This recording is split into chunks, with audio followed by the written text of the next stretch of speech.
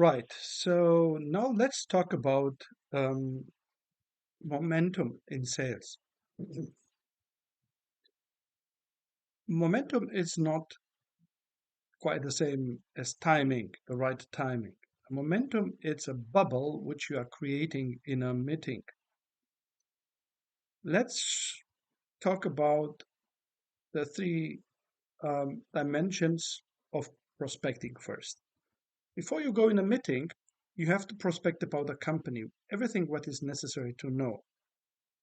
The history, the financial statements, um, the website, marketing, the data which they generate. Once you know that very well, then you go on the second dimension of the product and services. You have to understand what they sell, how they sell. It's very important to understand which kind of channels they're using. Sorry about that. And then you go in the third dimension where you have to experience as much as possible about the individual.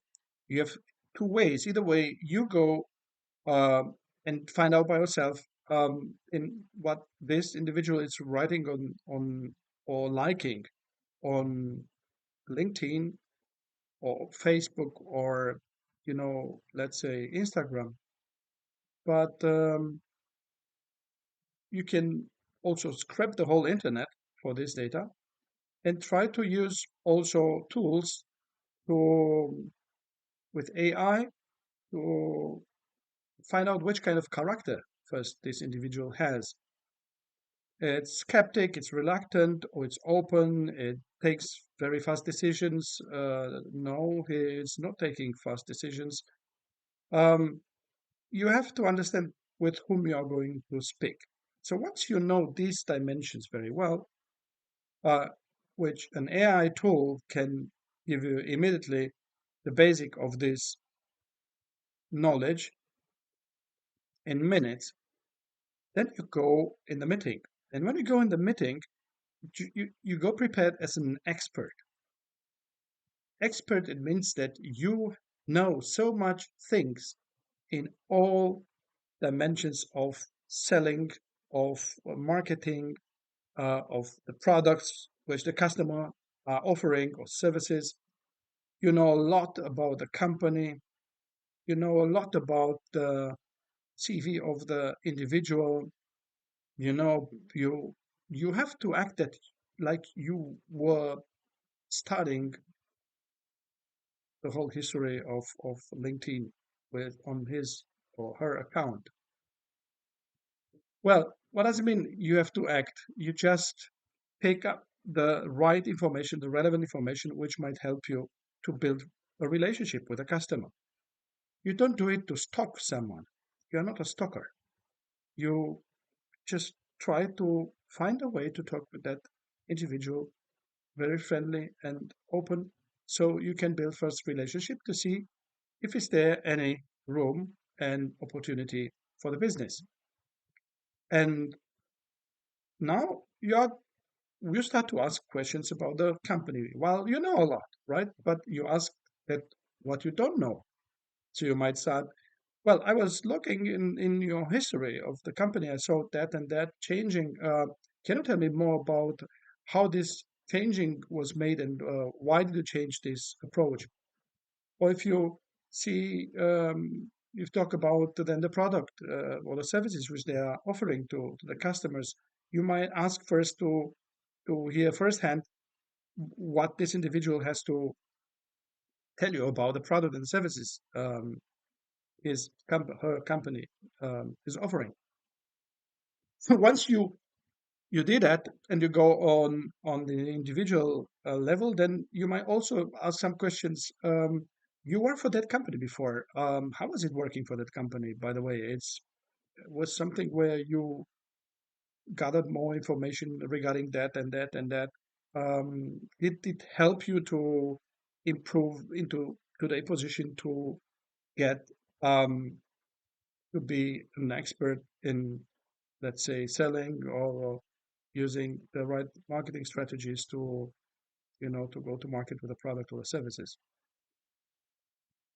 try to learn more and more about every layers, every dimensions which I told you before. So company, product, services, and individual. You would observe how these people are going to open and are going to say, "Well, you really did your homework, right?" Said, "Well, I really need to understand with whom am I talking, and I want to see if there is a possibility to help or a possibility to work together, maybe, but not necessary. I really want to understand first of all how you're doing, how your business is doing, how you sell, how you market the whole stuff, and then you might find a moment like a bubble of positive resonance. In that bubble of resonance, you try to offer,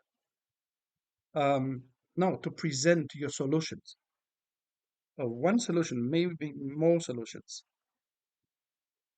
You have to also ask about, before that, you have to ask about the goals of this customer. What did the customer undertake to achieve the goals? What they are doing? How they work in that direction? Were they successful? Did they have any step backs? What does the customer thinks that would be the most important thing to experience or to get in this time to be more effective, efficient with his process?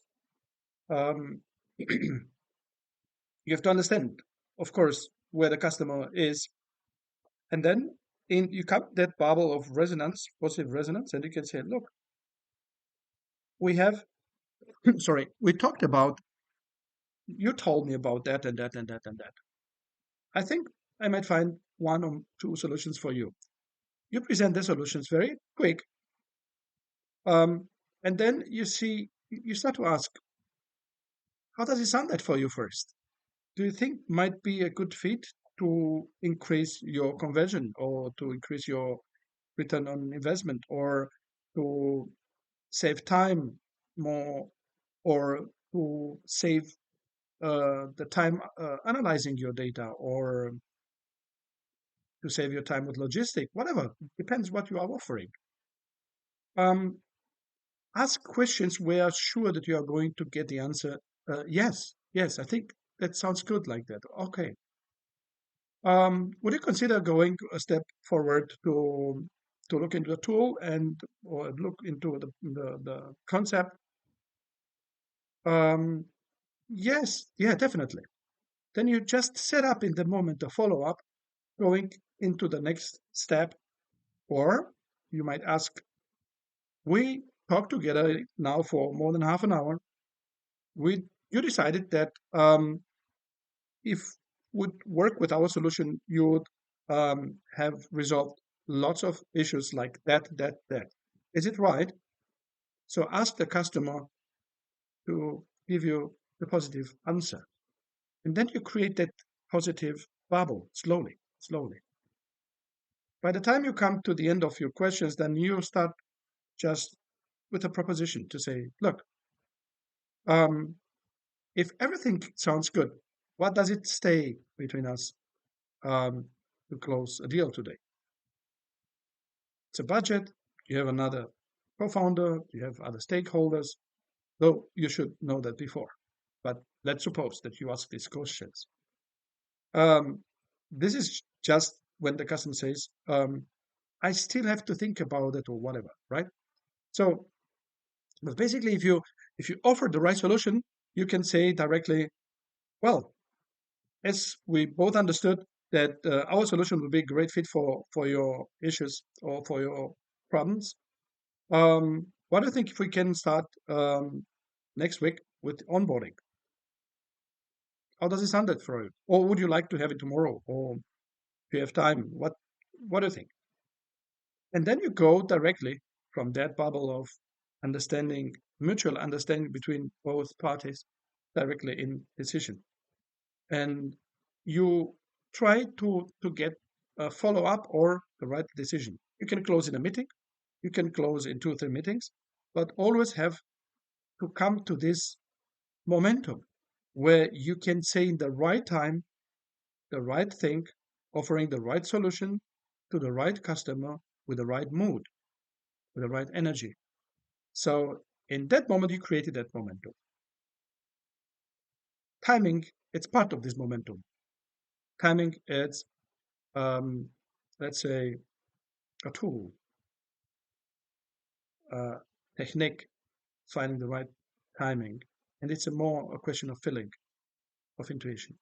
So this is all I can say about the momentum. Try to get whatever you think it's valuable for you. And I would be happy to know that you're doing better using some of these advices.